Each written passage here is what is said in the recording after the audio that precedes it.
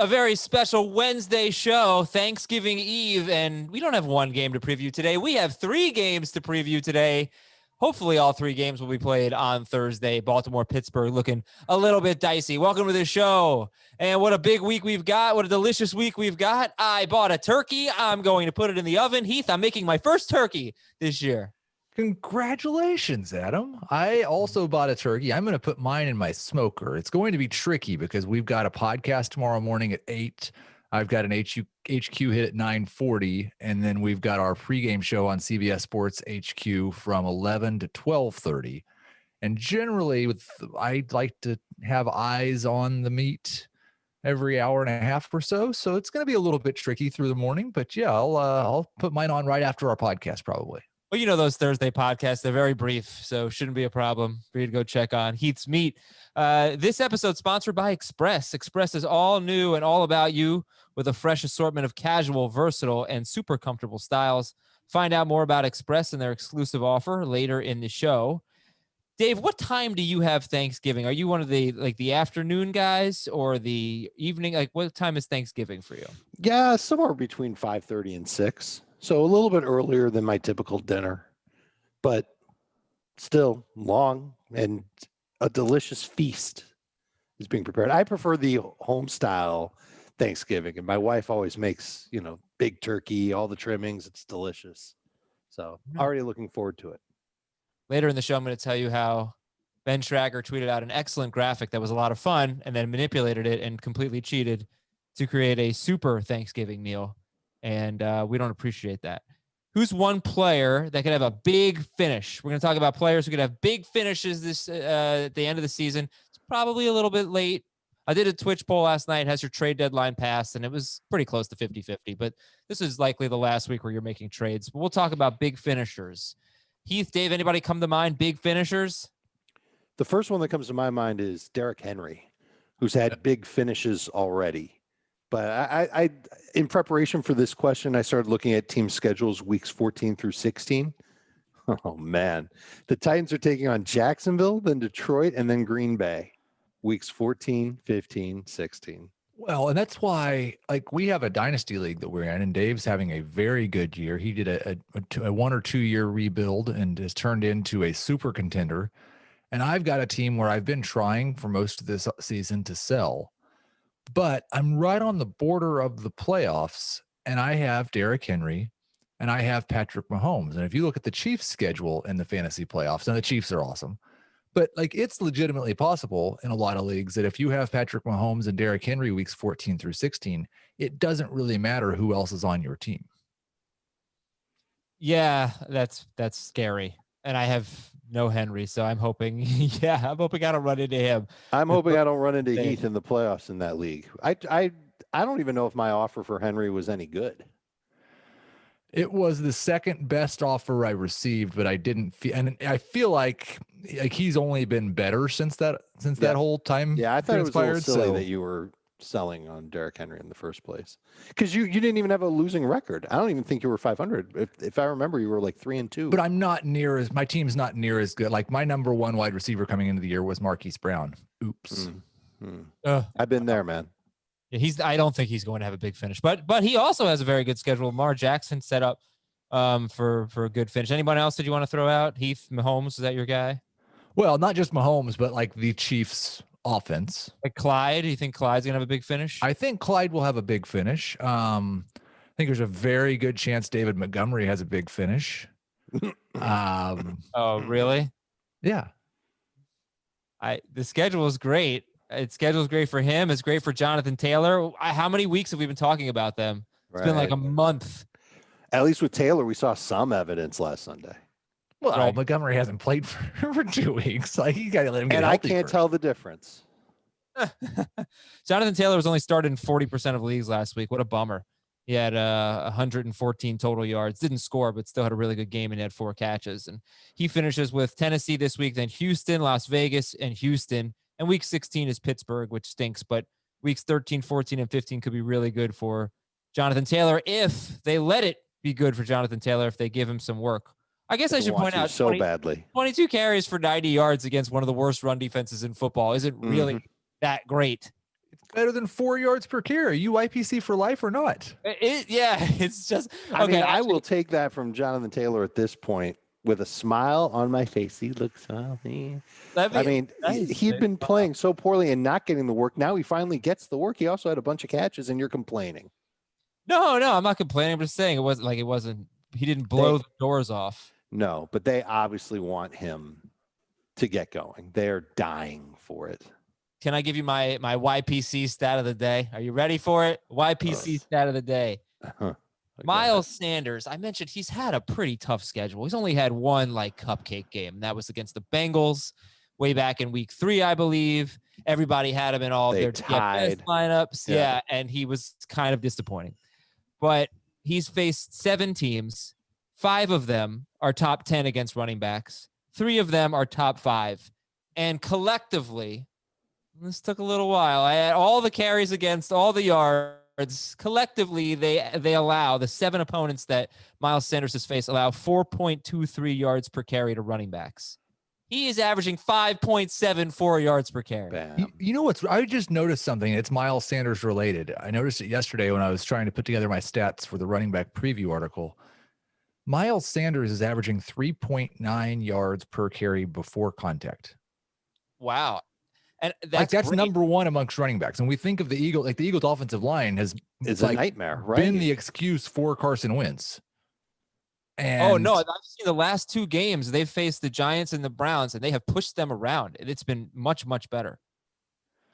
Is there a run that he had this year where he just didn't get touched? Because that could obviously he had sway. He had 2 games where he had one good run the whole game, right? Mm-hmm. Yeah. Against Baltimore, he had an 80 or I think it was 274-yard run, something like that. Right. If he didn't get touched, that's going to juice up that number pretty bigly. Maybe. But, I'm hopeful that he could have look, obviously Derrick Henry's been really good and Miles Sanders has been fine.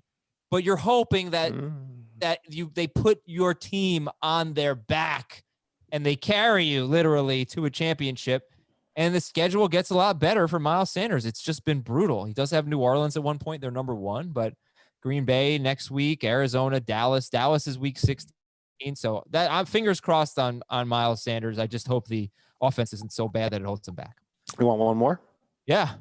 The Bucks, they've got a bye in week 13. That's going to stink for people who are leaning on those guys in their playoff runs. But after that, if you make the playoffs, Vikings in 14, at Atlanta in 15, at Detroit in 16. And Brady is so interesting. He has 3 games this year with 39 to 44 fantasy points and 6-point per passing touchdown leagues. Those are obviously QB1 type number. Those are amazing. Mm-hmm. He's got a game, I think, with 20, 27 or 29 points. And then, he's got some duds. He's got some duds in there, some disappointing games. It's pretty. What do you do? It's pretty clear though, right? A lot of guys are like that. It's hard to figure out when they're good, when they're bad. He's been bad against great defenses. He's been bad at night. And when things are easy or during the day, then he's really, really good, which is kind of it's like the former college basketball player playing in the rec league. When things are really, really easy, the guy looks like, man, he could still play, but he's not going to actually be able to play against good players. Do you think it's just as simple as good defense and the time of day of the game, or do you think it has to do with the pass rush and just how comfortable he is? Well, I think good defense and pass rush go hand in hand. Okay, that's fair. I look at these defenses he's playing against. A, they're all afternoon games as of now, and B, not a lot of pass rush coming after him. Yeah. Okay. Well, certainly Minnesota, Atlanta, Detroit, as Dave mentioned, and then Atlanta again in week 17. That's great. The bye does suck. And this week, where do you guys have him ranked this week against the Chiefs? Top 12. What'd you say, Heath? 8th? 8. Yeah. That's the one thing. We'll kind of find out, because I wouldn't say the Chiefs have a good defense, but they do have a pretty good pass rush. Mm-hmm. I feel like they do have a good defense when they're not facing the Raiders, who have a very good offensive line. Maybe that's part of it. I don't know. All right. Hey, listen, we got a 5-star review Apple Podcast mailbag coming up on Saturday. Make sure you tune in for that. We're going to read some of your Apple Podcast questions today, but if you leave us a 5-star review, you got a good chance of getting your question read on the air. And if you want your question read on Saturday, which we record on Friday, you should probably get that submitted today. It does take a little while to show up in Apple Podcasts, and we just don't see them sometimes until it's too late. Get the newsletter, the Chris Towers newsletter, cbssports.com/newsletter. Stay up to date with fantasy football content all off season long and during the year. I mean, every day Chris is something really, really cool for you. He previews every game on Friday, tells you the starts and sits, and just gives it to you in kind of an easy to digest way. So cbssports.com/newsletter. Let's do the news and notes. Baltimore and Pittsburgh could be postponed, and hopefully that just means till like Sunday, which would be interesting because, I don't know. I don't think Mark Ingram or Dobbins have any chance of playing this week. The question is, do they have any chance of playing next week? Because they have a Thursday game next week as well. Oh, yeah. If they have symptoms, I think they're out 10 days. We may be in trouble for next week. I believe they both tested positive. But I think there's a different. If you are test positive but don't have any symptoms, if you can get 3 negative tests within a 7-day period, you're fine for the following week. I think if you have symptoms, you're out for 10 days. I think, that sounds about right. Also, they don't really seem to care, so everybody gets to play every week. Austin Eckler, every team gets to play is what I meant. Austin Eckler off IR. He has 3 weeks to be activated. Raheem Mostert, same thing. So Mostert and Eckler, the window has begun. They have 3 weeks now to be welcome. They can theoretically both play on Sunday. Do we have any insight as to whether or not they will? We ranked Mostert because there's optimism coming out of San Francisco that he'll be ready to go. We don't have any word on anything going on with the Chargers running backs. We ranked Ballage, even though he might be hurt, and we haven't heard anything substantial on Eckler. So you've got... But it's Wednesday. Other than Ezekiel Elliott on Thursday, how many running backs would you start ahead of Raheem Mostert, who has the Rams, who have been incredible against the run? So that's my question. That's most of them. Andersons. Most of them ahead. Connor.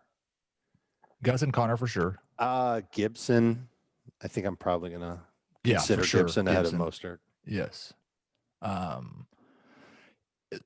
And then if Swift if he plays, for sure. Sure. Like if we don't you can hear say Duke if you want to. I'm not going to say Duke. I understand that, and you probably have a secondary option. But like if I had Mostert and Eckler and Duke and no other running backs, and we haven't heard anything regarding like whether they're going to play or not, that's a difficult decision. Sure. So James Conner, Jamie was saying that they might reduce his workload. Have you seen? Well, it wasn't Jamie who was saying that. That was the offensive coordinator of the Steelers saying that on Twitch last night. Yeah. So what's going on? The offensive coordinator said that Snell has earned a role, and they want to see what they have in McFarland. I thought the timing of him saying that was weird. If he had said that after last week's game, when Connor had posted bad numbers in consecutive weeks, I would have been a little more understanding. But Connor played pretty well, all things considered. Against my big concern is that the role Benny Snell has earned is goal line back. He's had he's had several carries inside the 5 over the last few weeks. Mm-hmm. Yeah. And is it a tough matchup? Well, if they play on Thursday, probably not, because I would assume right now that Calais Campbell, Brandon Williams, and Pernell McPhee would all miss the game if it were on Thursday. If it gets moved to Sunday, then it could be a different story. So I'm going to check on that, the goal line idea with Snell and Connor, because I've got their snaps and where they're lining up. He had a 1-yard touchdown run last week, didn't he? Yes, he did. Yeah. Tom Brady, 0 for his last 19 in pass attempts of 20-plus yards. That's wild. Lamar Jackson, this is also wild. Lamar Jackson does not have a carry inside the 5-yard line this year. He does have a ton inside the 10. He's got 12 inside the 10, which is good. But inside the 5-yard line, Josh Allen has 7. Kyler Murray has 6 carries. Lamar Jackson does not have 1. If you are in a 2 QB league and you are desperate and you want 3 points, Brandon Allen is going to start. That's the plan. Brandon Allen is going to start for the Bengals against the Giants, and Mitchell Trubisky could start this week against. Yeah. All right. Woo. Kalen Ballage has an injury. We don't know the severity. It came on the one of the last plays of the game. Keep it in mind. Kalen Ballage left with an injury. It's been hard to gather info on that one. John Brown was not seen at practice yesterday. They are facing the Chargers. They're coming off a bye. And Josh Allen's got sort of this like Matt Ryan, Julio Jones things going. He's much better when John Brown has played. but the matchup's so good. So is the John Brown availability going to affect your ranking of Josh Allen this week? Not mine. No. It does affect my ranking of Cole Beasley this week. Right. Beasley or like, well, I don't want to give you Thursday guys because we won't know about John Brown at that point. But would Beasley be a top 30 guy? Without Brown, yes. Yeah. Okay. For me. Kyler Murray says he feels fine. Denzel Ward, Cleveland cornerback, he's going to miss a few weeks already. A bad pass defense got worse.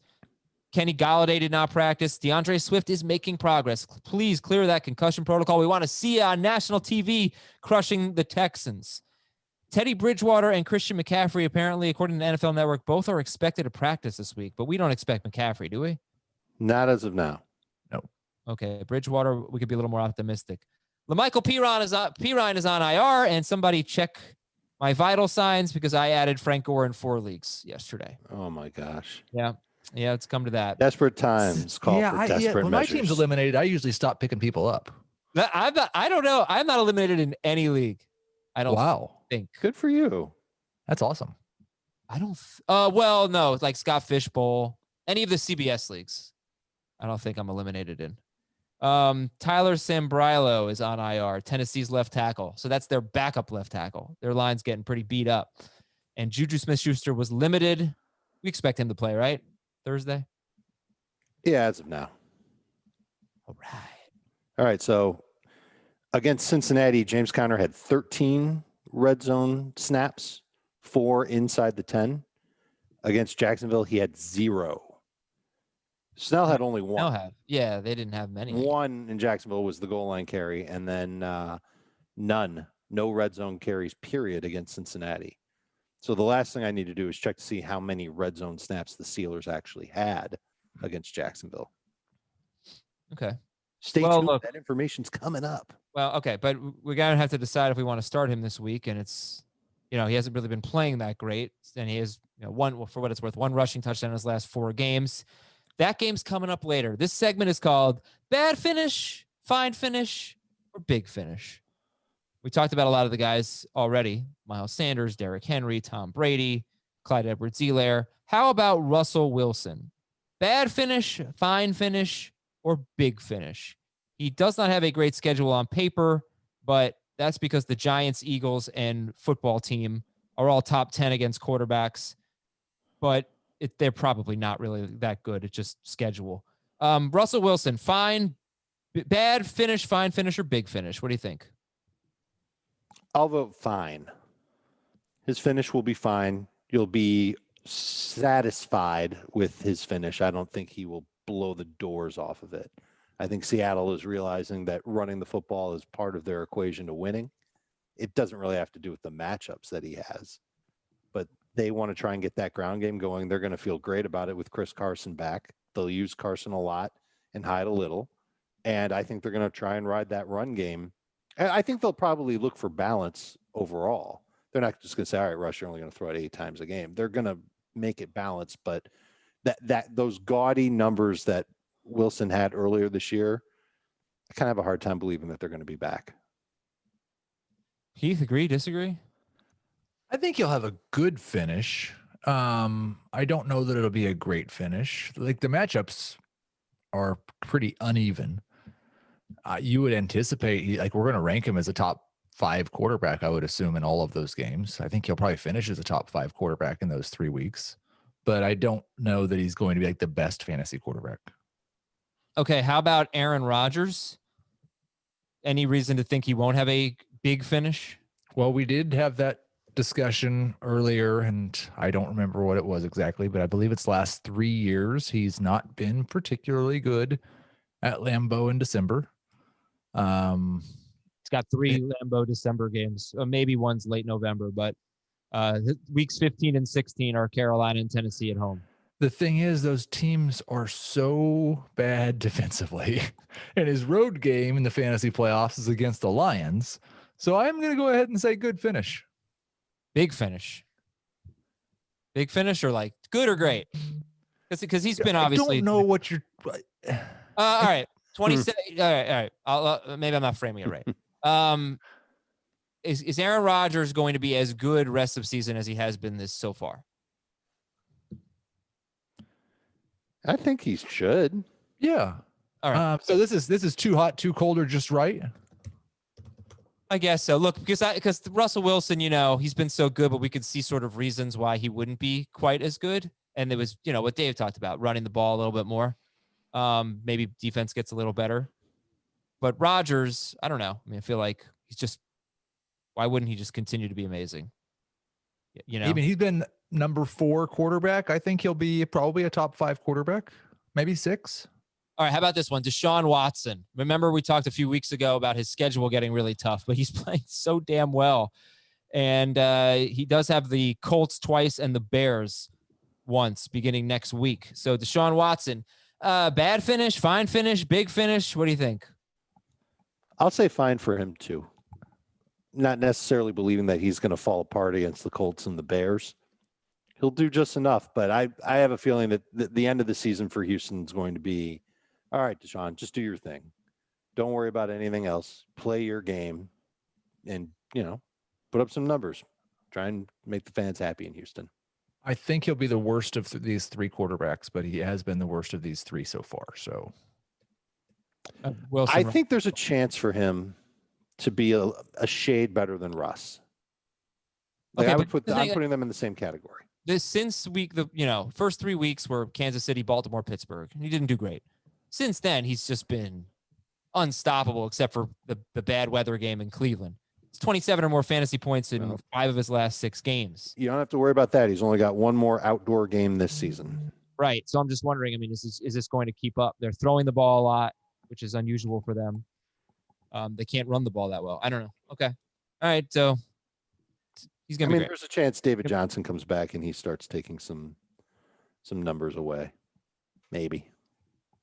Tom Brady, we already talked about. Let's go to DJ Moore. DJ Moore, 2 straight games with 96 or more yards. He does have a bye, unfortunately. And I don't know. I mean, the schedule, according to Fantasy Points Allowed, looks like it's kind of tough, but are we going to Green Bay? Yeah, they got good corners. Washington.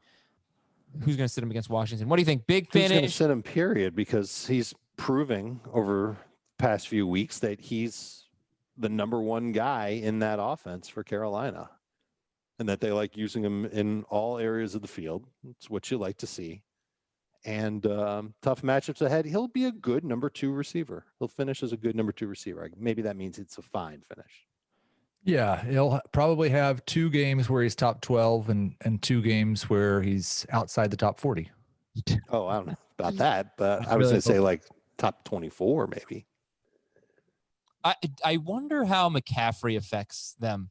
Because McCaffrey has 5 or 6 touchdowns in 3 games. He's a vulture to a degree. I mean, do we think Teddy Bridgewater comes back this week? Sure. I think there's a chance that happens. Because it sounds like he was pretty close to playing last week. I do think that matters. Like, you look at the targets last week, he had 11 targets. That was the first time he's had more than 7 since week 5. He was not... his targets the 4 weeks before last week, 5, 6, 3, 7. Yeah, but also Carolina had barely been throwing in a lot of those games. How many did Walker throw last week? 34 passes. Yeah, that's kind of a lot. I don't know. The Carolina wide receivers, I think, have been some of the trickiest, sort of frustrating. In the end of the day, pretty good, but on a week-to-week basis, kind of frustrating. But you know what's not frustrating, guys? Express. Woo, love Express. So I've told you about the sweater I was wearing last week. Very comfortable. You just got a lot of collections that are just absolutely super comfortable. It's like wearing your linens at home. The Luxe Comfort Knit collection. They're very, very high on that. They really want you to check that out. Check out the Luxe Comfort Knit collection, the Luxe Comfort Denim, Luxe Comfort Knit suits. And it doesn't matter your body type. Express has something for you. This is the new Express, and there's something for everyone, including the ladies out there. There's a women's section as well. But I want to tell you about some of the more formal stuff. I got some ties, and I got a blazer from Express. Put it on, fit me perfectly, looks beautiful. Really excited to wear that out at some point. And, it's the kind of thing that you put on, and you just feel better. You just feel better about yourself. You got a little bit of a swag. All right, you got a little bit of a strut in your step when you put on nice clothes that you love, clothes that fit you right, clothes that are comfortable. You look forward to wearing them, and that's what you get with Express. And I've been so impressed with what Express has to offer during this, during these last few weeks where we've been talking about them so much, and I've been getting all this clothes from Express, and I've just reshaped my wardrobe. All right, I got a winter coat, I got polos, I got T-shirts, I got a pair of jeans. I got a few button-down shirts, ties, a blazer. So I've gotten everything basically for every season, for every type of occasion, and all at a very, very affordable rate. So check it out. I guarantee there's something on there for you that you're going to love, or if you want to get a gift for someone, there's something on there that you're going to love as a gift. Just go to express.com and check it out, and you're going to love it. All right. We've talked about some studs here, so maybe we should mix it up a bit. How about a New York Giants wide receiver? Can you see a big finish from a Giants wide receiver? Here are their matchups. At Cincinnati, they're 25th against receivers. At Seattle, 32nd. Arizona at home, 24th. Cleveland, 20th. And then Baltimore in week 16. But it's a stretch of, looks like four pretty good matchups in a row here. Could you see a Giants wide receiver having a big finish?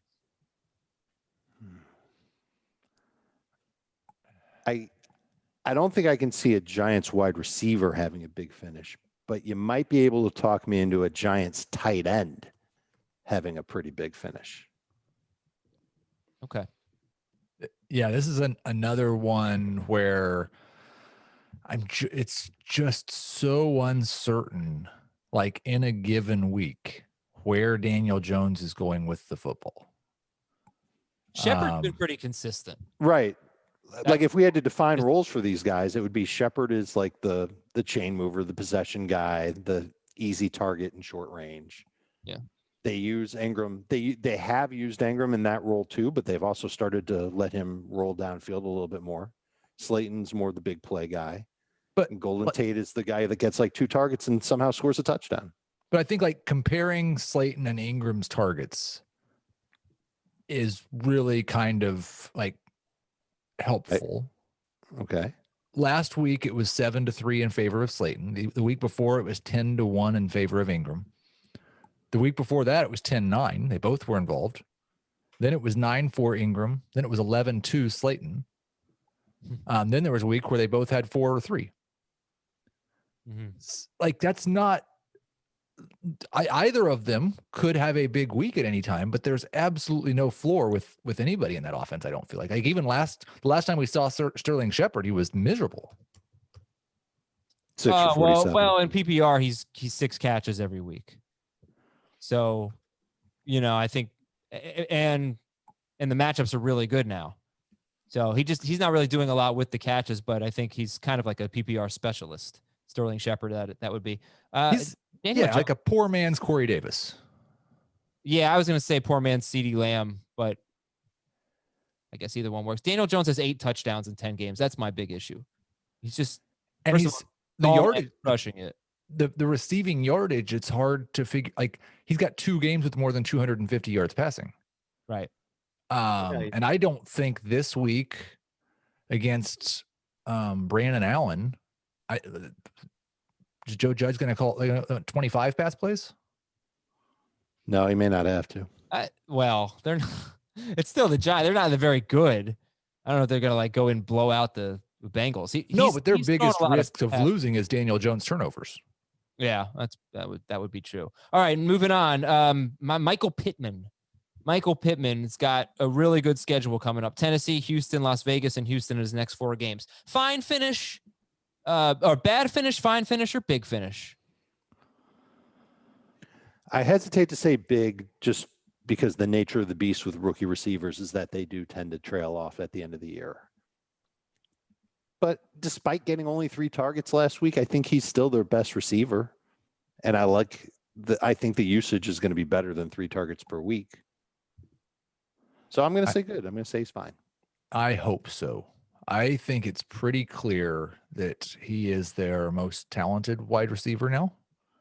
And the only hesitation I have to saying big finish is the fact that he got 3 targets last week.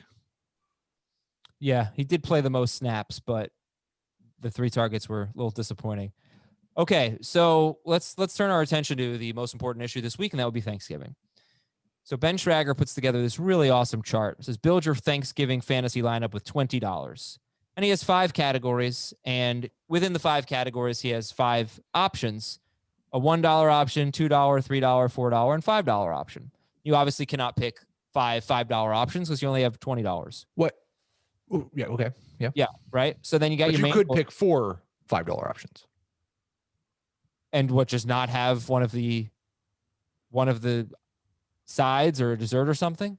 You don't have to have anything. I don't agree with that. There's no rules at all on the on the sheet. There are rules. You have $20 to spend. That's the rule. Yeah, I think it's implied that you're supposed to pick one from each category here. And that would be a main course, a potato dish, side dish 1, side dish 2, and dessert. And you are bending the rules. And Schrager, who created the game, bent the rules because he didn't pick a potato dish and he went with 2 desserts. And it just fired me up. It's like, what's the point of making this if you're not going to have the integrity to do it right, Ben Schrager? I'm going to defend Ben Schrager before he even speaks. I am counsel for the accused. You just said he created the game and did not follow the rules, which you say are implied. He, as the creator, does not acknowledge those rules. This is the Die Hard debate all over again. You trying to tell someone who made something how that thing works when they're the ones who made it.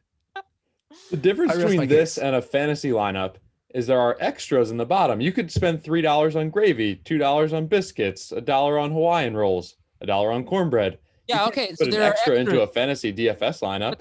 But there's not subtractions. There's not subtractions. Like, you're not gonna. You can't play 2 quarterbacks and sit a tight end. That's not how fantasy works, and that's what you did. You picked 2 desserts and you sat the potato dish. In week 11, it kind of worked that way. Right, Taysom Hill. All right. Well, anyway, I will pin the tweet to the FF Today Twitter account. You guys can see the graphic. It's very cool. I played 2 desserts because you need 2 desserts on Thanksgiving. Right now, I don't even have 1 and dessert. There's only one rule. You have $20 to spend. Doesn't say it says build one from each category. Build your Thanksgiving fantasy lineup. It's so obvious that it's, well, anyway, I want everybody to go check it out because it's a lot of fun. It's good Twitter fodder. What was your main course, guys? I went with ham, $4 for ham. I didn't pick any of them.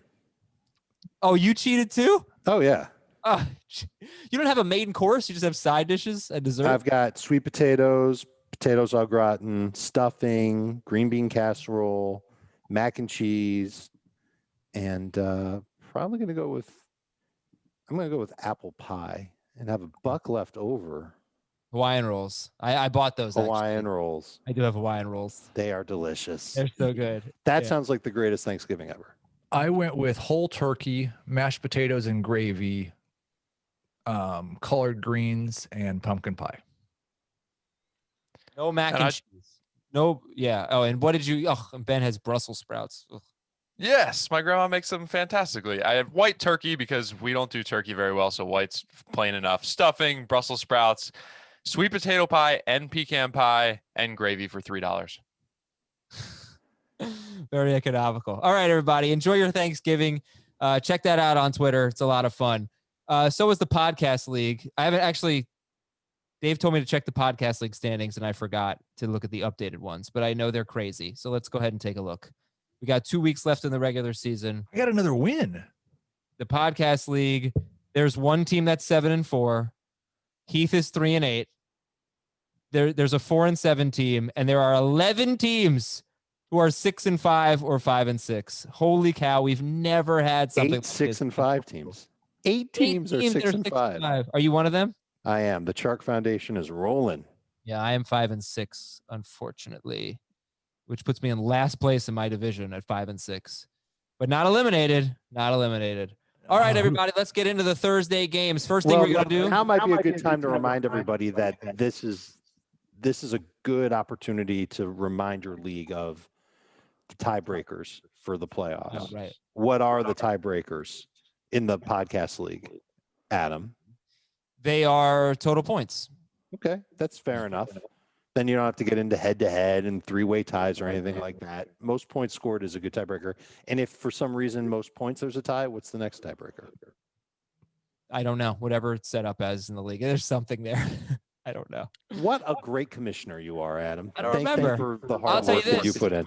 In the playoffs, the tiebreaker is going to be highest seed wins. Because Yes. I love points that. is awful. Make And sure so- it's not bench points. Yeah, bench points is the worst. That's Wait, what I got to cut you off because we got to get to Jacob Gibbs. Jacob's got 2 minutes of awesome stats for the Thursday games.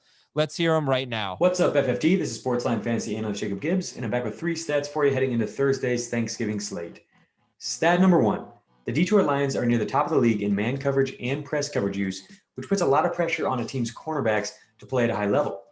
To say the least, Detroit's corners are not playing at a high level. Among 129 qualified corners, Jeffrey Okudah and Desmond Trufant rank 129th and 122nd in PFF's coverage grade. The poor cornerback play hasn't been fully exposed because Detroit's opponents are running at one of the highest rates in the NFL, but I'm not sure that's going to continue in Week 12.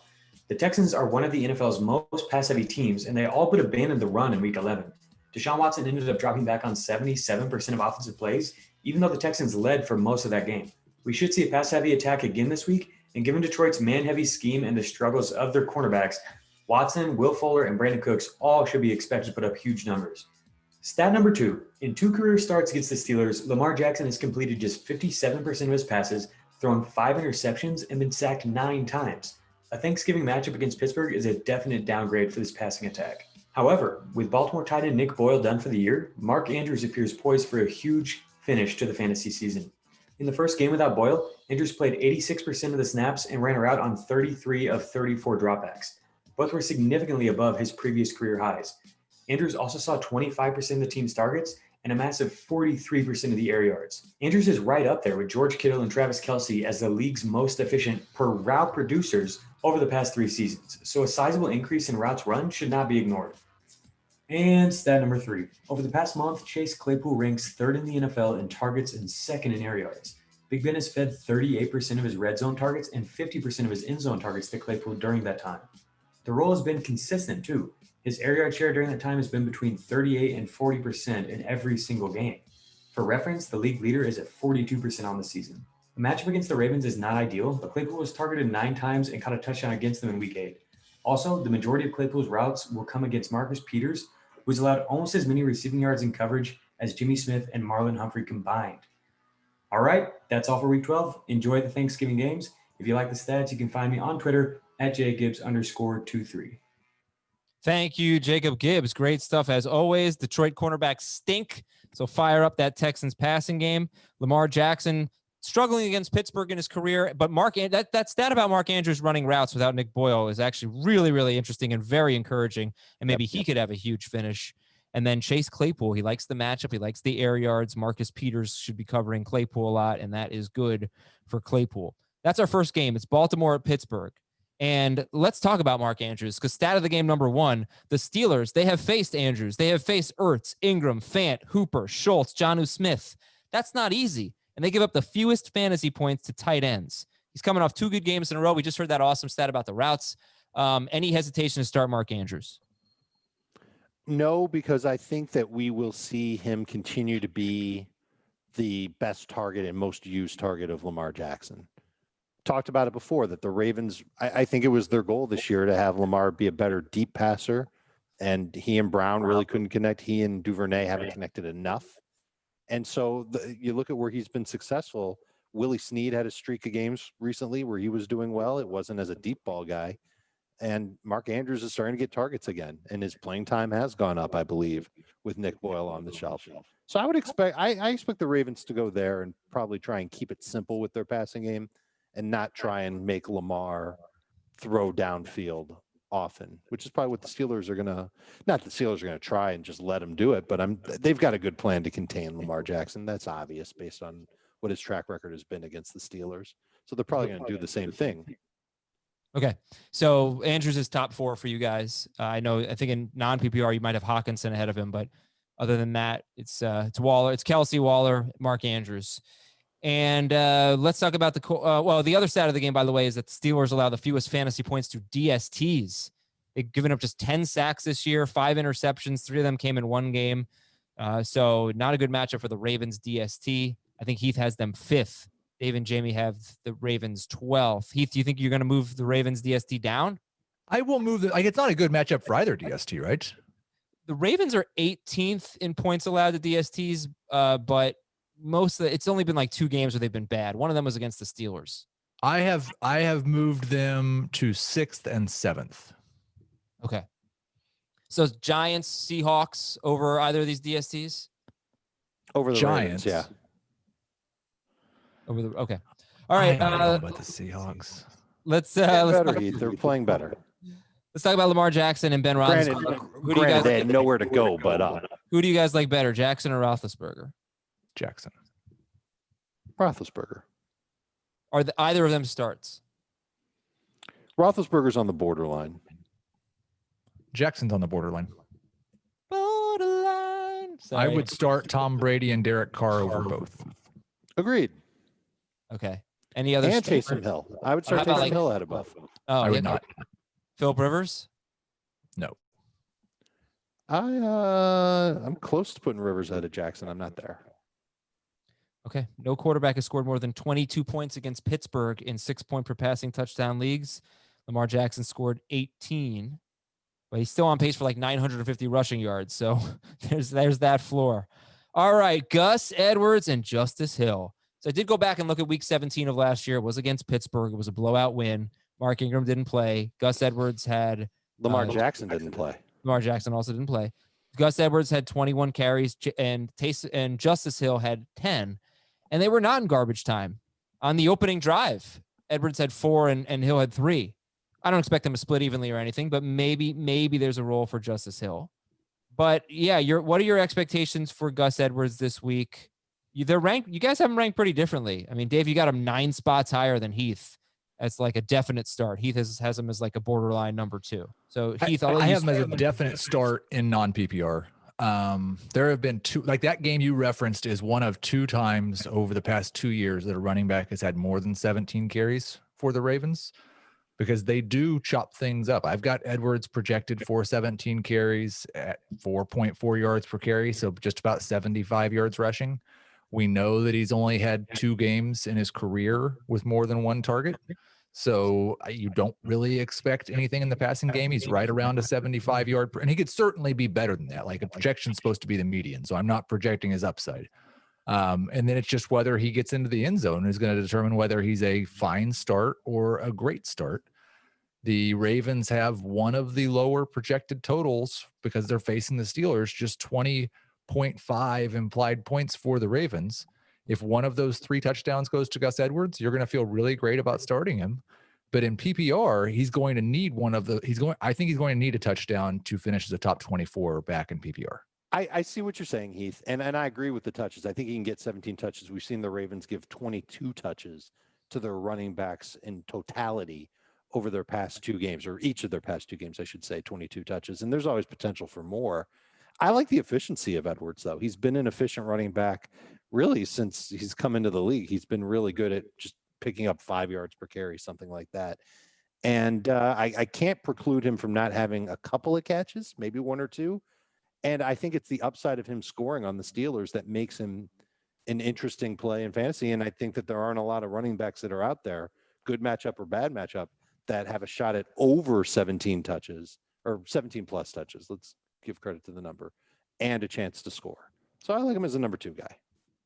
Okay, PPR league, would you start Gio or Gus? I'm scared to death of Gio without Joe Burrow under center. So give me Gus. Okay, Heath? I'm going to go with Gio. Jonathan Taylor or Gus Edwards? Taylor. Edwards. Okay. Edwards, Elair or Edwards? Elair. Elair, okay. And would you start any which Pittsburgh wide receivers would you start over Gus Edwards? In full PPR? Yeah, I mean, that's the worst part about this Gus Edwards thing is like his value is so different depending on. Right. So give me non and give me full. It's all of them, all 3.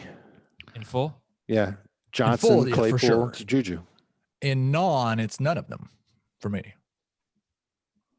Cool. That makes sense. All right. So the Steelers, well, first of all, you're starting a Ravens wide receiver, and Willie Snead has 7 targets in 3 of his last 4 games. Desperation.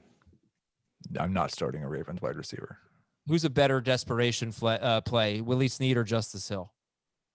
Snead. Yeah. Okay. And Mark Andrews, we talked about. So you go to the Steelers, we'll get back to Roethlisberger and Connor. But the wide receivers, look, if it's a good matchup, you start them all. But it's a bad matchup. And Deontay Johnson has had 1 bad game this year. 1 game without double-digit targets that he didn't leave early with an injury. And that was the Steelers. He had 3 targets and he had 1 catch in that game. Well, every game is the Steelers with him. Oh, that was the Ravens. Okay. 1 catch for 6 targets. Juju's banged up. And, he was okay last time. I think he had 7 catches. He had 7 for 67. His track record against the Ravens isn't particularly good. Right, he has 1 touchdown in 6 career games, and I believe 0 100-yard games. So what's the deal here? Are we really buying in? Are we really putting our eggs in this Steelers offense basket, this passing game this week? Not like last week.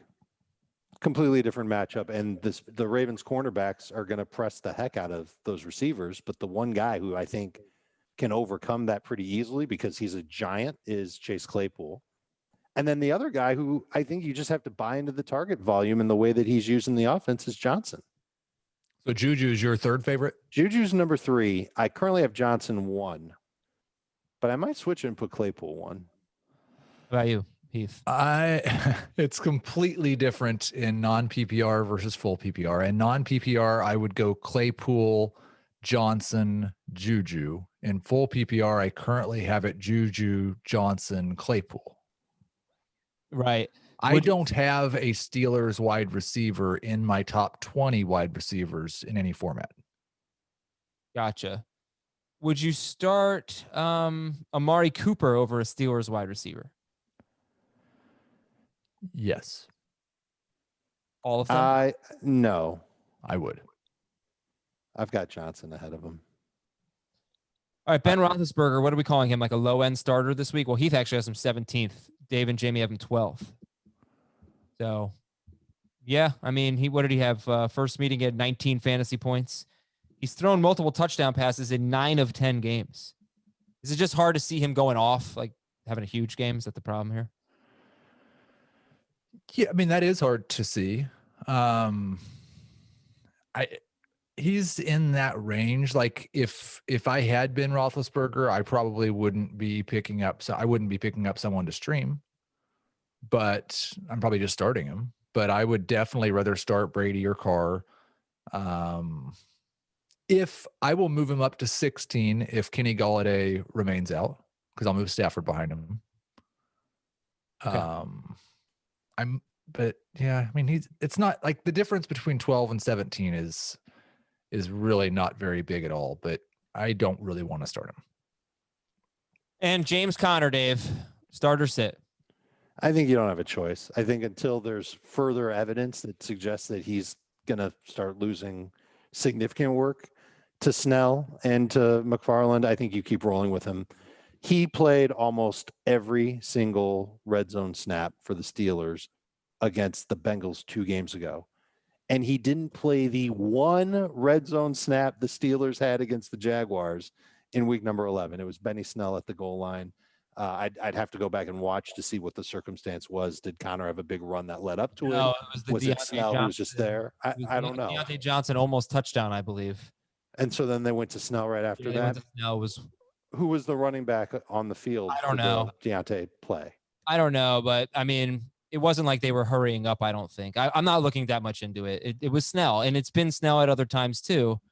All right, so you do have options, though. I mean, you do have Wayne Gallman and Giovanni Bernard and Duke Johnson and all these running backs and J.D. McKissick and PPR and Savon Ahmed and maybe Kalen Ballage. It's the year of the zero RB, basically. The problem with Ahmed and Ballage is that we don't fully know Gaskin and Eckler, and we may not by Thursday. If you told me for sure that Austin Eckler was not playing, I would start Kalen Ballage over James Conner happily. If you told me for sure that Myles Gaskin was out, I would start Savon Ahmed over James Conner pretty happily. I'm starting J.D. McKissick over Conner in full PPR. Oh, Man, okay. that's risky. You are. Interesting. All right. Well, that's our next game. So actually, I think that's our last game. And Eric Ebron is a start. He's top 10 in full PPR. He's top 12 in non-PPR. He's a touchdown in 3 of his last 4 games. Good luck finding a tight end who can move and shake like this. I don't know if you know that reference, but good luck finding a tight end who's as involved as Eric Ebron. All right, Houston at Detroit. These two teams, stat of the game, these two teams allow the most fantasy points to running backs. So if DeAndre Swift plays, I'm sure we're going to love him. If he doesn't play, are you starting any running back in this game? Duke would be my favorite of the 3. I'll admit that much. And I thought Carrion, A, looked better than Adrian Peterson last week, and B, clearly was their playing from behind back. He played the entire 4th quarter and almost all the 3rd quarter. And Adrian Peterson just running downs guy. First down, second down, that's him. Goal line. It's going to be Adrian Peterson. Although it hasn't always been Adrian Peterson. I think both the Johnsons would be high-end flexes if Swift was out. Okay. Yeah, and I don't know. I mean, I think right now you should probably plan on Swift being out. He has to clear the concussion protocol. He did have a limited practice on Tuesday, so Right. he did get back on the field, but he still obviously has to pass the concussion protocol. Right. So to go to the Texans, by the way, this is such an easier matchup than what the Lions have usually been getting. The last 4 years, they've had the Vikings twice and the Bears twice. 2 of those 4 years, that was the number 1 defense in football. The other 2, they were top 6. So a little bit of a breather now for Matthew Stafford and the Lions. But Watson's top 5. Duke's outside the top 24, but inside the top 30. And then Cooks and Fuller are just must starts, right? Yeah. Start him. Do you want to hear the argument for Duke Johnson? Sure. The Lions have allowed 11 running backs to have at least 15 touches against them. 10 of the 11 have had at least 10 non-PPR fantasy points. 9 of the 11 have had at least 15 PPR points. Kenyon Drake is like the only running back that had the work and didn't come through against the Detroit Lions, and it was way earlier this year. And the other argument is Mike Davis's game log the month before he faced the Lions. Yeah, but Mike Davis wasn't even good. He did score though. That's the thing, right? Like, I think that's what Duke needs is the short yardage touchdown. Well, I mean, he had 9.9 PPR points without the touchdown, so that's not good, but that's right in the number 25 at running back range. Fair. I agree with that. Okay, yeah. But I will say this though, like in their last 6 games, running backs are averaging 4.08 yards per carry against the Lions. The truth is their run defense has actually gotten better. They're still just giving up a ton of scores though. What I am not like, this is not a joke, but this is the second time that somebody, like, we've been over 4 yards per carry now and talked about how it's not good. No, like, it's what's not the line for being good in YPC now? All right, well, I'll tell you what. I will look right now at the running back. I'm not trolling. I'm just I am not either. I'm going to look this up because 4.08 to me sounds like it's probably somewhere around 12th in terms of defense. And you would want a running back that's going to get you 20 carries, and you'd be satisfied with a 4.08 YPC. No, you want somebody that's a little bit more efficient for that. I am a genius. It's right on 12. So, yeah, I'm looking at the running back defense, the defenses against running backs. And if you sort by yards per carry allowed, 4.08 would be 12th. Exactly. So that's not bad, but they're still giving up a ton of touchdowns. Okay, that's the argument for it. Will Fuller and Brandon Cooks are must starts. Are they both better than all of the Steelers? Yes. Yeah. Would you take a chance on Jordan Akins given the injuries to the wideouts? Only if you're like desperately streaming a tight end. Sit Matthew Stafford, I assume? Unless Galladay's back. Okay. If Yeah, Galladay's you shouldn't back, have to start him. You shouldn't feel good about starting Matthew Stafford this week unless he's got Galladay. Okay, right. If Galladay's back, though, I think Stafford might be a top 10 quarterback. I'd feel a lot better putting him ahead of Roethlisberger if he's got Galladay. But Galladay was limited on Wednesday and then on Monday rather, and then didn't even go on Tuesday. So we'll see. We'll see on Kenny G. But it didn't look like the thumb bothered him at all. Oh, he for had 4 Stafford? drop pass. Yes, for Stafford. The botch snap had nothing to do with his thumb. He had 4 drop passes in the game. He threw behind a receiver or two a couple of times, but like the flea flicker, it's not a flea flicker. The lateral touchdown play that he had to Marvin Jones, he great ball there. Downfield throw to Jamal Agnew that Agnew dropped. Great ball there. So I think he's fine. He needs Breaking Galladay. news. Uh-oh, You what were do we- wondering how much does Doug Marrone hate Gardner Minshew? We just found out. Tom Pelissero says the Jaguars plan to start veteran QB Mike Glennon on Sunday against the Browns. Let's get back to the Lions game, to a team that matters with the Texans. I don't know. The Lions. Yeah, and the Texans. Marvin Jones. Would you start coming off, kind of a bad game, but still 4 for 51 on 6 targets in a game where Matthew Stafford really struggled. Would you start Marvin Jones over a Steelers wide receiver? I would strongly consider starting him over Deontay Johnson. Certainly in non-PPR, maybe in half PPR. He should have had a touchdown last week. He drew a penalty on that play for illegal formation. And if he would have had a touchdown in 4 straight games. He would have had at least 13 PPR points in 5 straight games. He would have had double-digit non-PPR points in 4 straight games. Yeah, no. And Houston, all he needed to do was just line up. Wide receivers. I do think, though, that those bars that we were talking about with Marvin Jones related to the fact that he was scoring it, like, if you need a touchdown every week to score double-digit fantasy points, then you're not getting very many. He has 1 game with more than 51 yards in that 4-game stretch we were talking about. Mm-hmm. I would start him over Juju in non-PPR, but I don't want to start him over any of the Steelers in full PPR. How about like Jamison Crowder or Marvin Jones? I'd go Jones. I think I'd go Crowder. I would go Jones if Galladay is out. Yeah, everything Galladay plays, then Jones is with Galladay out. It's a huge downgrade if Galladay plays. You'd assume based on what's happened this year. And the Texans, and I like Jones in DFS. He's a good DFS play this week. Texans DST 13th for Dave and Jamie, 21st for Heath. So not a top 12 DST. Washington at Dallas. Stat of the game. The Cowboys allow the fewest receiving yards per game to running backs. I've been talking about this for like 5 weeks, but now I looked into why. Quite simply, they have the fewest running back targets against them per game. But they also are good. I mean, they allow the fewest yards per catch to running backs. They are terrible against wide receivers. I think that's kind of what it boils down to. They give up the 3rd most yards per catch to wide receivers, but they're great against running backs. Anyway, Heath, you said you'd start J.D. McKissick over Gus Edwards in full PPR. I do believe you guys have pretty different rankings for J.D. McKissick. Antonio Gibson is a must-start guy. He's top 12, top 15 for Dave in non-PPR, but top 12 in PPR. As far as McKissick goes, though, Heath, you're the high guy on him. You've got him 16th in PPR, Dave 25th, Jamie 30th. Discuss. Yeah, I don't like the last week. The Washington football team had a much better game script for running the ball and not throwing it quite as much. And McKissick only saw 4 targets, but I still think he's going to be the 2nd in terms of the pecking order with Alex Smith. And the number of times that he lines up as a wide receiver makes me less concerned about the Dallas performance versus pass catching running backs. But how often does he do that? Like the percentage of times? Yeah. How often does he line up in the slot or out wide? Do you have that number? I can get it for you. If you I mean, want. I know Jacob Gibbs told us last week on the podcast how often, but I don't have the up-to-date number. Right. Well, so here's the thing. So 2 weeks ago, Alex Smith threw like 50 times.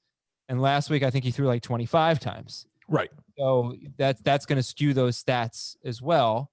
And the only thing I'll say about McKissick is that he did have a terrible game against the Cowboys. That's been his only terrible game in this solid stretch. Last week wasn't great, but it wasn't terrible. But what was the reason why he had a terrible game? Antonio Gibson ran all over them. The Cowboys didn't put up a fight. And there is a correlation between Washington victories and Washington defeats with J.D. McKissick. That's pretty predictable, and it's inflated in Alex Smith's starts. So if you think this is a game that Washington's going to lose, you'll want to start J.D. McKissick. And they are 3-point underdogs. But I don't know if that they're for sure going to lose. It could also be. I don't think it's going to be a game where Washington builds a 10-point lead after halftime. Right. As a you could just say you think the spread's wrong, but as a rule, if I'm going to lean one direction or other, I'm going to lean the direction towards where the spread's been set. Totally fine. Totally understandable. I think it's either going to be a competitive game or a game where Washington's trailing. Both of those game scripts would favor J.D. McKissic. McKissic lined up as a receiver, either slot or out wide, on 20 of 32 snaps last week and on 28 of 62 snaps in week 10. Bottom line is that they need him when they're trailing. When they're winning, they don't need him. Yeah, that's it. Great point. Okay, so McLaurin is a must start. Are you interested in any Sims? Dallas allows the second most fantasy points to wide receivers. It's the Sims. No. Okay. I used to enjoy the Sims quite a bit. Did you do the cheat code when you played? Of course, Super I did the Nintendo? cheat code. The way he filled out his Thanksgiving dinner. Of course he did. I've never played the Sims. It seemed really boring. You don't want to build a city? McLaurin's going to be huge. Definitely, if I had the choice between playing the Sims for half an hour or watching the Simpsons, I would play the Sims. No.